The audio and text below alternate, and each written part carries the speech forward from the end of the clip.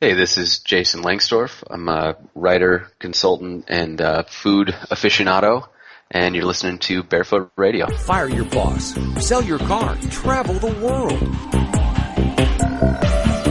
You're listening to Barefoot Radio with your host, Graham Brown.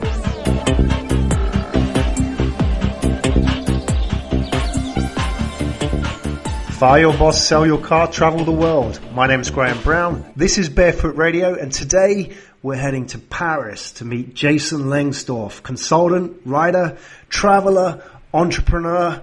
Jason, welcome to the show. Happy to be here. So, how's Paris today? It's great. Got a good, almost summer day. Looking forward to going out and exploring a little bit. Fantastic. Which part of Paris are you in? We're in the 19th, which is up in the northeast part, just outside of Canal Saint-Martin. Mm-hmm. And you're enjoying Paris? What's your initial reaction?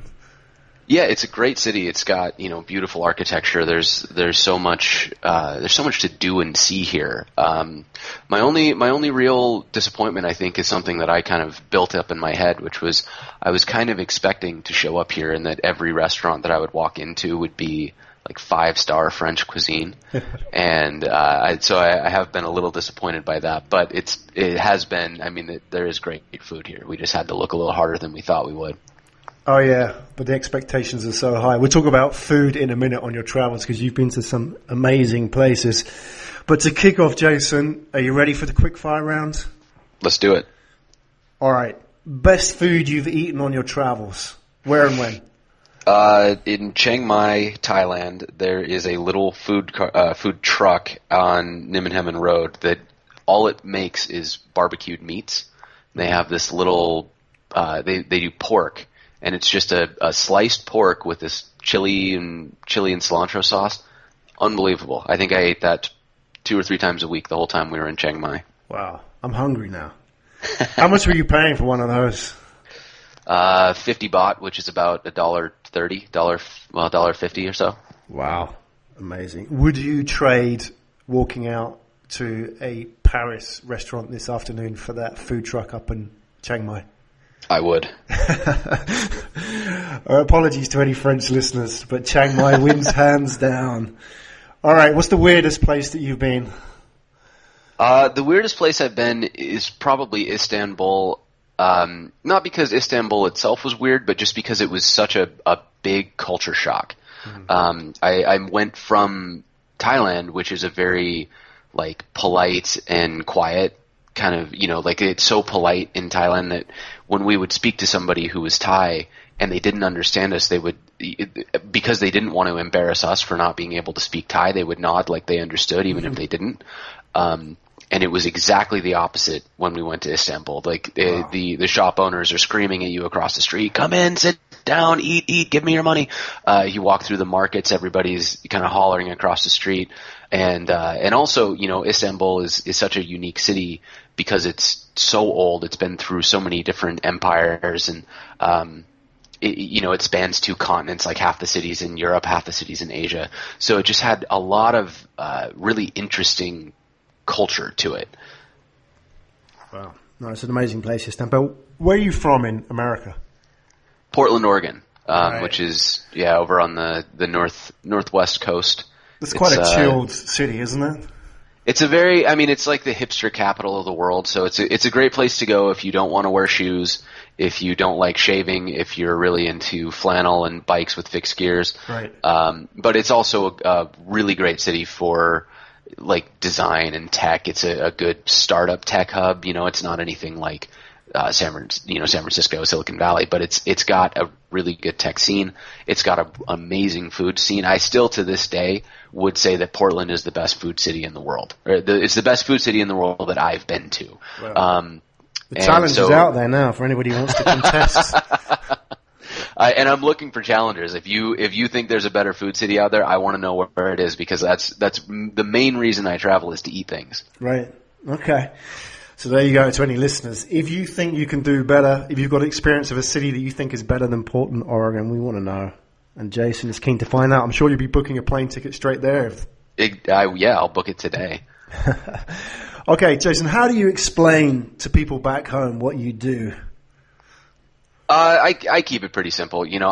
I'm fortunate in that I've worked remotely for a decade. I've been working from my home, like from my laptop, since I was in my early 20s. And so when I told people that I was leaving, I didn't have to explain the working part of it. I just had to explain the why I wanted to travel. And that's a little easier to sell than, oh yeah, no, I don't go to an office anymore. Now I just carry my laptop around and that's how I make money. Nobody in my circle of friends thought that was strange for me because, they're used to me working at the Starbucks around the corner from my house or carrying my laptop to my parents' living room and like knocking out a couple emails. So it hasn't been as hard as I expect it might have been for somebody transitioning out of a more corporate 9-to-5 role. But it has definitely been met with a lot of like raised eyebrows and kind of like, really? You can do that? Even in Portland. But when it came to actually the explaining the traveling the world part, did people get it? I think to a degree. I mean, everybody seems to think that we're on a vacation. Right. So when we're traveling, they're like, "Oh, did you go do touristy things today?" I'm like, "Well, no, we're here for 3 weeks. We'll do some touristy things on the weekends, but Monday through Friday, we're mostly at different co-working spaces, or we're working. This is a job." And granted, we don't work nearly the hours that you would in a corporate role because one of my biggest nerd passion is efficiency. Like, how can I make my day more efficient, get more things done in a shorter period of time? And by doing that, I've been able to limit my total computer time, like the time that my laptop is open, to about 40 hours a week. It hasn't so far this year gone above 49 is the most I've spent on a computer this year. And that includes everything, my Netflix time, my Facebook, Twitter, and work and side projects. So by doing that, we have lots of time during the day. But when people ask, well, so you haven't, did you go to the Louvre? Like, well, not today. It's not. We're here for a month. It's not something that we're going to do every day. And that stuff is also not all that exciting to me. It's something you see once, Right. Is it a challenge for you to switch out of that vacation mode? Because isn't it tempting to move, country? You're going to go and see all the sites, right? The pressure is there to do that. The expectations, maybe. How do you get out of that? What we've done that's been very effective is to set longer time, like a longer time frame in each place. Because if you're only in, we did this. We were in Istanbul, right? We were only in Istanbul for a week because we had to be in London the week before because I was speaking at a conference. And then the week after Istanbul, we needed to be in Paris because we'd already booked a ticket. And so we just had this week to fill. And one of my girlfriend's friends was visiting Istanbul. So we said, oh, great, we'll go there. And when we got there, we got nothing done. The whole week we got nothing done because we knew we were only there for, I think it was 6 days total, and we felt enormous pressure not to work because we would miss out on what Istanbul had to offer.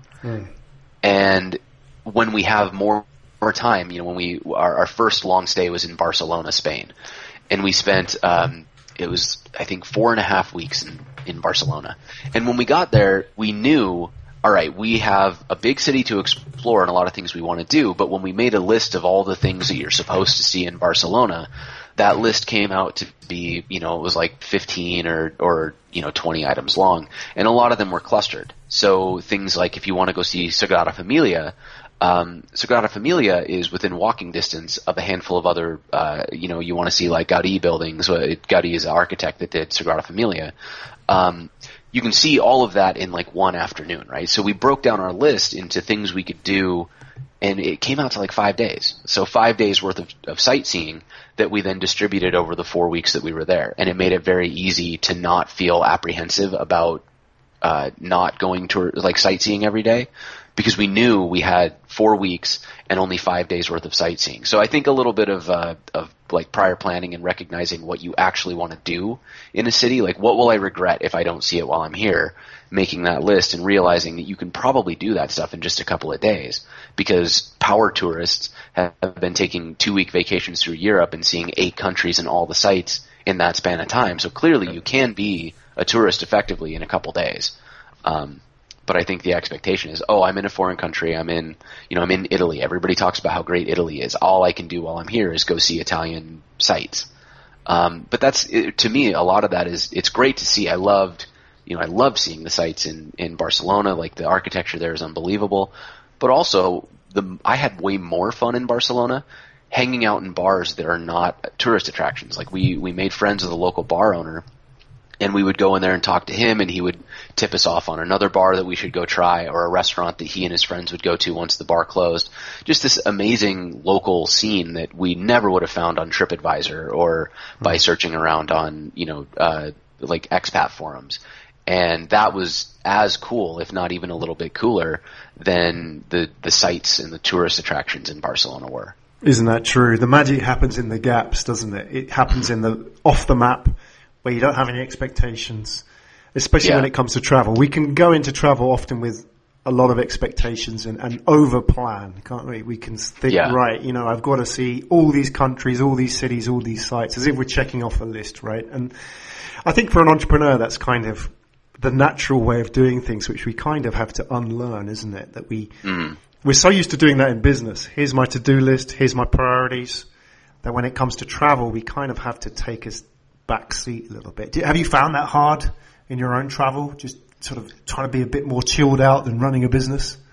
It's easier for me because part of the reason that I liked Portland so much is because I do have a pretty big leaning toward that hipster sensibility. So I kind of have a distaste for really tourist attractions. Like, anything that I have to go stand in the line for an hour and then pay 30 euros to get inside, I'm usually walking in with a bad taste in my mouth. So I vastly prefer not doing things like that.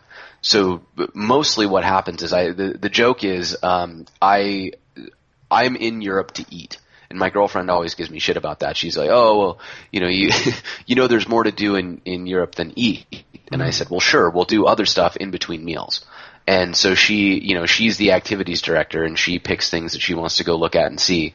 And I just kind of come along, and I'll pick a place to eat once we're done. Right. And I never regret going. Like, I do really enjoy doing it. But for me, the Eiffel Tower didn't hold a lot of draw.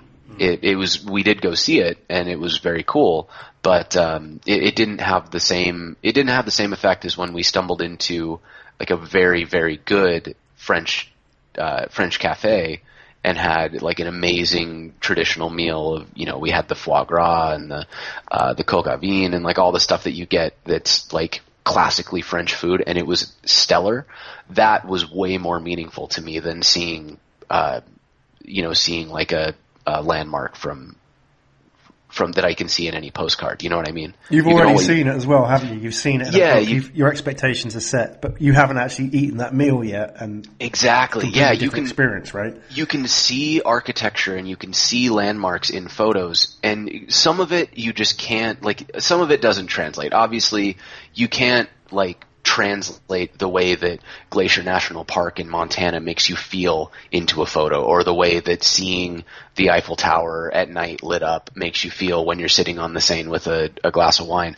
But you definitely know kind of what you're in for. You cannot in any way, shape, or form convey the feeling of eating street food in Thailand or having an incredibly good Italian pizza in an Italian pizzeria the same way that, it doesn't work. You can't take a picture of that or describe it in words. It's you have to eat food. You have to experience it, and I think that's what draws me to it. The magic of travel. So tell us about the entrepreneurial side, because you obviously are an entrepreneur from your background. You set up your own business. You've traveled to Italy, Spain, UK, just having a look at this, Thailand, France, Turkey. Have you seen a different angle, or has it changed your expectations about entrepreneurialism or enterprise or business around the world? Has it made you think about things differently? It brings up a couple things that you don't really think about when you're in a metro area of the United States. I'm in a web design background. I ran a web design agency, and after that I went as I'm a consultant, and what I do now is more still in the web design, web app development realm. And when I was living in Portland, I paid extra for fast internet, and I never had to deal with issues like slow loading or just a complete lack of access. And so it made me think a little differently when I'm building about making sure that things do work when somebody doesn't have a fast internet connection, or taking advantage of things that maybe don't exist outside of the United States. I think that you get a little blinded by, well, not blinded. We get so familiar with what we have that when we don't see other cultures, there's a tendency to just kind of, not purposefully, but you just don't think about it. You don't think they exist.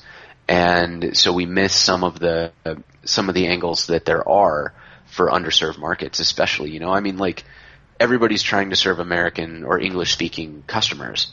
And when you go around the world, there are a lot of people who don't speak English, and there are a lot of opportunities to build basically clone apps that would serve a market in another language or another demographic that doesn't have an English speaking equivalent. And you could not necessarily, I'm not saying you could go build Facebook in Thailand and make a killing, because that stuff exists, but you could take certain ideas, like in Chiang Mai, for example, they don't have anything remotely similar to Uber, and I don't know if they need it because they've got the good, the tuk-tuk and the other transit options, but there are a lot of ideas that you could just kind of take and directly port, which would be interesting to try. And I had never considered that before I left. I'd always thought, well, I can only compete in American markets.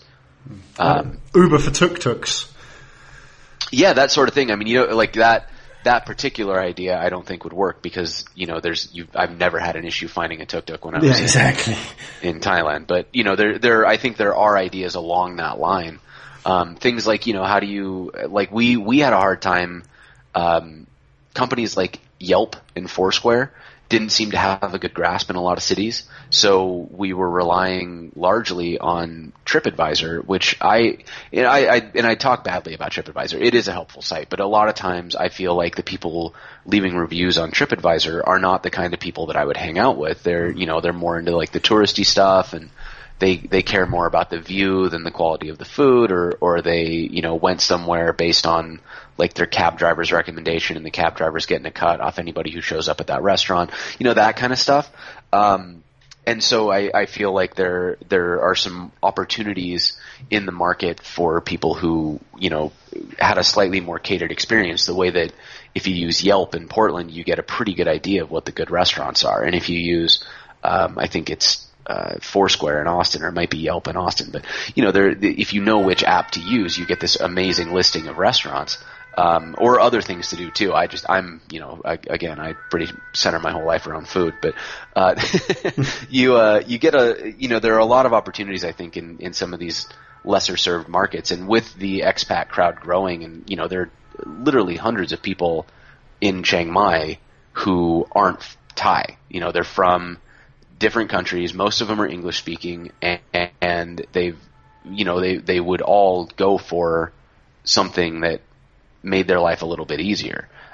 Things like, concierge service, where I think Peter Levels, who runs Nomad List, he's been talking forever about this idea where you would show up at the airport and somebody would have already gotten you a place to live. They would bring you a SIM card. They would give you a ride to your apartment, take care of all this stuff that you have to do every time you change locations. Those sorts of ideas, I think, are very, very niche, but I think that this market does exist, and it hasn't really been tapped into yet. I think there are a lot of businesses just starting to get into it and try to do things to serve the traveling expat crowd, but it's definitely very, very full of opportunity at this point. That's the word, opportunity. So tell us about your experiences in Barcelona and Chiang Mai, because I'm sure for somebody who may not have traveled yet, somebody living in the States, they may not know a lot about Chiang Mai or Barcelona, especially in the context of startups, technology, and what's going on in the entrepreneur scene there. Can you share with us a little bit about your thoughts and, your own experiences and what you thought? Are they overhyped, or is there something really interesting going on there? Well, in all honesty, in Barcelona, I didn't do a great job of networking, so I didn't really see the startup scene in Barcelona. You were eating, man. You're a tapas. I was eating, and I was also, I was very fortunate to make some local friends very quickly, and so I spent most of my time in Barcelona trying to be a local, and it was so much fun to we had, so our entry into Barcelona was very well timed. We moved in to a neighborhood called Poble Sec, and right around the corner from our place in Poble Sec is this street called Blai. And along Blai, it's a walking street that's just completely lined with restaurants and bars. And we walked into this bar called Malamen. And Malamen, we found out, had opened 1 or 2 days before we moved in. So the owner, Humberto, was this really, really friendly guy. He spoke 3 or 4 languages, and he had spent some time in the United States. So he had great English. He helped us with our Spanish. And he just was this amazing local tour guide.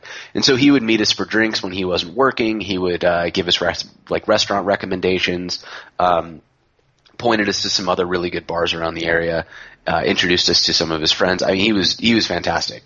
And because of that, we got this really good glimpse into what it's like to be a local in Barcelona. So I don't know that my account of Barcelona is particularly fair. Because we got so lucky. I think, I from that have now started recommending, do your damnedest to make friends with somebody local wherever you go, because there's no better way to experience a city than by hanging out with somebody who's lived there for 20 years and knows where everything good is. And now Chiang Mai, though, was a totally different experience. But we went to Chiang Mai.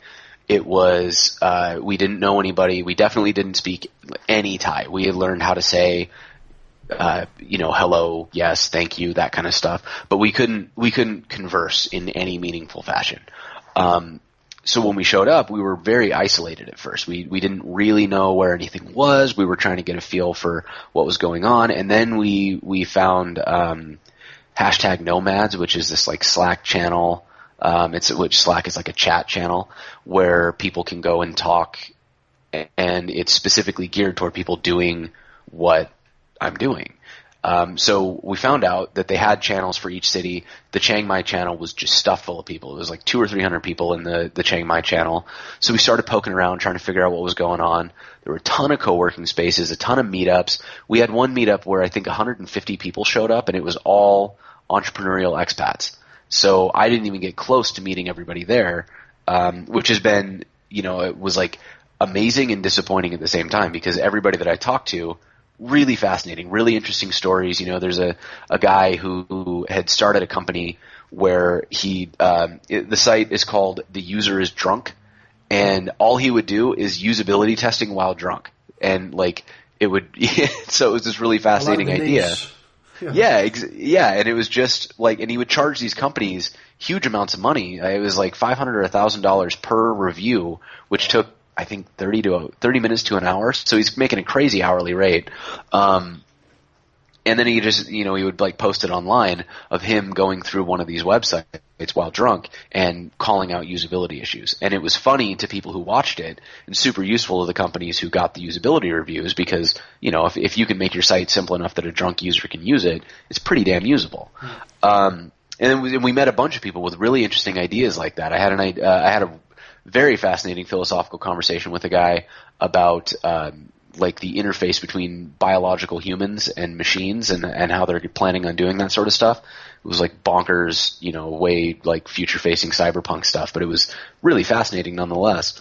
But I mean, the Chiang Mai scene just was incredible in terms of what was happening in the entrepreneurial mindset, both on the expat side and on the Thai side. We saw these food carts would come out, and these one of them was called Beast Burger, and Beast Burger was an expat oasis. It was the only burger that I saw that actually was a burger. A lot of places had a burger, but it was a close approximation. But Beast Burger made this very fantastic Western style burger, real simple, traditional food cart approach where you would get like fries and a burger and that's all you could get there. And the girl who owned it, she was Thai. I think she had really, really, really good English, so I think she might have spent some time in the U.S.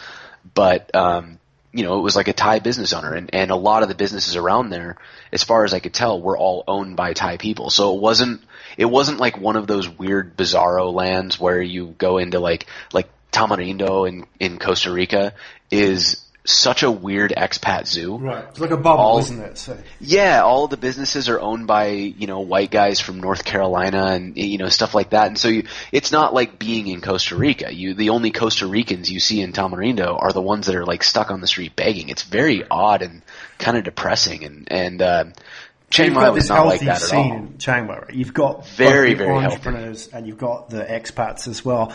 Did that sort of inspire you to think about new business ideas?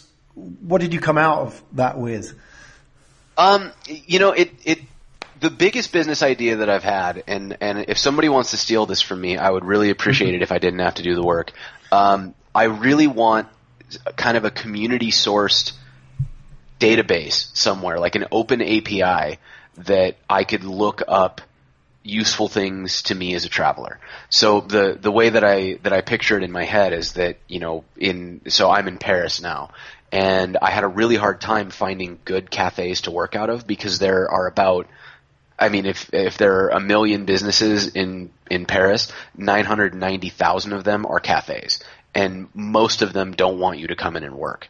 So what we had to do is kind of wander around, and we ended up finding out that around St. Martin's Canal there is a really good kind of like hip, trendy scene where there's a bunch of locally owned businesses and trendy restaurants and stuff like that. And they have a couple cafes that are like co-working cafes where they make great coffee, but they also charge you €3 an hour to hang out and work, and it's got fast internet. So my idea was, wouldn't it be great if somebody who already knew that, because those co-working spaces have a great following and a lot of them are expats, but if one of them were to go to this open database and just put in, here's a cafe, here's the address, here's what it costs, and it's friendly for Wi-Fi, and that just kind of became the place that because everybody that I know who's doing this travel thing, and even a lot of people who aren't, are always on the lookout for a good place to settle in and work, because you need a change of scenery if you work from your apartment, or if you work in an office, but the office kind of has lax office hours. Like a lot of my friends in agencies in Portland would do the same thing. They would go to work, but like for half their day, they were walking down the street to a coffee shop or something. So having a database where I could go and say, all right, here's my location. Can you show me within 20 minutes of where I am, where I can go to work? And that could expand. Where can I go to get a SIM card? Where can I go if I need to buy, like X brands of things? Like one problem I had was I was really trying to find a good headset for recording, like, cause I do interviews as well. And so I wanted a good headset for recording. And when I was in Thailand, I had no way of figuring out if anybody sold what I needed. And so I was relegated to trying Amazon, and Amazon wanted me to make a bulk order in order to ship to Thailand. And so I just had to wait until I left. And so that sort of database where I have the ability to go in and say, I need X, can I find it near me? And it's just kind of a basic geotagged API. I love that idea. I want it to happen. So if anybody's listening, working on the idea, Jason Lengstorf is the man to contact, because he can work on it with you, but he's not going to do much of the heavy lifting, though. We've established that. He's going to come in with the ideas, right? Hey, tell us about good co-working spaces. You sound like a man who knows where to find good coffee and good food. Of all the places you've been in the world, can you recommend a couple to us? Yeah, so here in Paris, there's a place called Craft that I've been really fond of. It's, cause a lot of co-working spaces I've been kind of down on, because you show up and you pay an hourly rate, and some of them will let you buy coffee, or some of them will like give you free coffee for showing up, but it's just kind of bad. Like usually it'll be filter, or if it's not filter, they'll make like lattes, but they're like the push a button and the machine does everything to make the latte kind of thing. So, and that's fine, if that's your option between that and like, don't go somewhere to work today, I will never complain about having a space to work. But some of them do a really, really good job of like bridging the gap between being a high quality cafe, like a place you would go just for food and coffee, and also having co-working. And so this place we're going, or that I'm going to right now, is called Craft, and it's in right off St. Martin's Canal, and the front end of it is an actual cafe. So they do like the sandwiches and cookies and bread. And then they also do really good coffee. Like they actually know how to use an espresso machine. They make great coffee. But the back of it is a co-working space. So there's big communal tables, and you pay €3 an hour to use the co-working space. But they also let you attribute the cost of your coffee or sandwiches or whatever toward your hourly time. So it kind of bridges this gap, because coffee shops don't want you hanging out and working, because if you buy one coffee and stay for 8 hours, that's a huge drain on their time and resources, and they don't have a table available.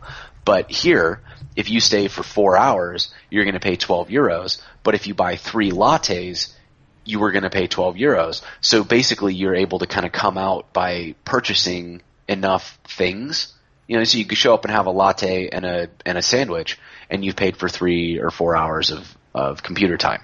Mm-hmm. And to them, it works out great, because they continue to make money hourly. And you don't feel like you got ripped off because you're not paying $4 for a latte plus $3 to be there for an hour. So that's Craft in Paris. That's a good record. Yeah. That's a thumbs up, right? Yeah, and then around like Chiang Mai was great for this, because in Chiang Mai basically every coffee shop had great Wi-Fi and pretty good coffee. So we found I worked a lot out of a place called Goat Coffee, and a place next door to that called Juan's Cafe. And and there were actual co-working spaces. There was one called Kawe Cafe, which was basically built specifically for working. There's a college really nearby the area we stayed, so between the expats and the college kids, it was always packed with people doing homework or working on projects. There was also actual co-working spaces. I didn't go to any of the co-working spaces. I tried once, and it was too full. Like I couldn't find a place to sit. So I ended up just doing the cafe thing. But honestly, I thought that was better, because usually they weren't that busy, and like I said, they had great coffee there. So it was easy to sit. Excellent. That's a great recommendation. And I've really enjoyed speaking to you, Jason. It's been a whirlwind tour of your trip around the world. I'm sure there's a lot more to come as well. Hey, that's Jason Lengstorf, everybody. Consultant, writer, traveler, entrepreneur, world food expert, coffee drinker, and now co-working veteran. Hey, Jason, where do we find out more if we want to read up on your reviews of coffee, food, and business? Well, I post blogs on my website, lengstorf.com. And then I run random commentary about things I'm doing on Twitter and Facebook. Barefoot Radio. Want to know how to live the location-independent lifestyle? Then find out more at www.barefootjournal.com.